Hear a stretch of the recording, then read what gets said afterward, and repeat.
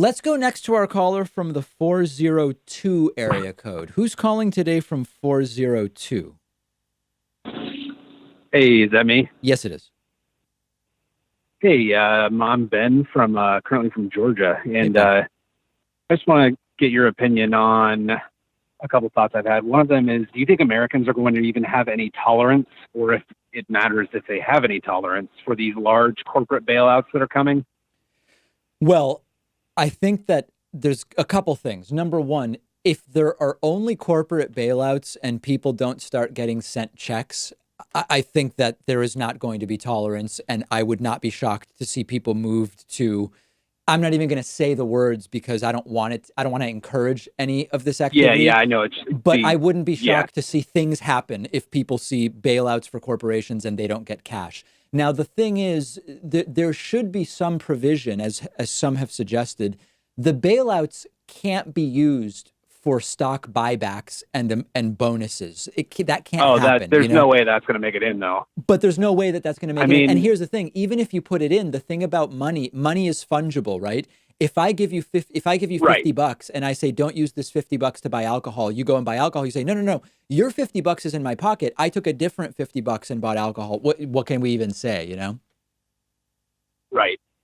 I mean, a big problem that I think people are really not, at least not in the media, it seems like. I mean, maybe some of them are on the left side, but like even at these pressers that he keeps holding when he talks about bailouts, there's absolutely nothing mentioned about stock buybacks, but he Right. keeps mentioning things like record-breaking profits. Yeah. Well, when 96% of it from the airlines has gone to these stock buybacks, this is exactly why they're in this problem in the first place. It's corporate socialism, and there's not even any hesitation about it. It's just, oh, take money, take money, take money, do whatever you want.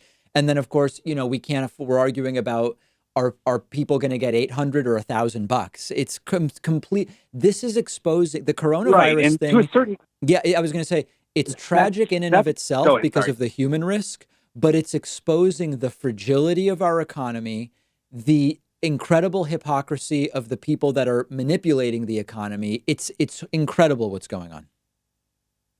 Well, that's part of the crazy part. Is one I know a guy from not rural Arkansas, but he's a former Trump supporter from Arkansas, and one of the things he mentioned is that the bailouts are going to, we're going to need to bail out the airline industry. And my knee-jerk reaction was, F them, let them, whatever.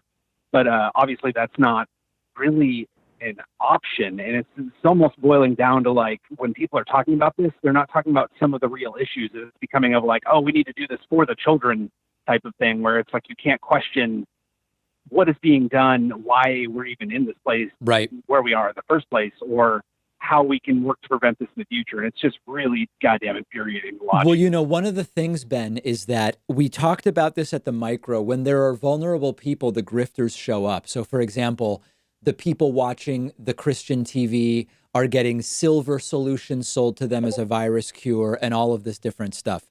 At the macroeconomic level, anytime that you have chaos like this, it's an opportunity for corporate grifters and influence peddlers and others to, a ton of money is going to be made on this. People have been making money shorting the stock market, and there's going to be plenty of money to pull out of this for people who are ready and willing to do it, and many people are.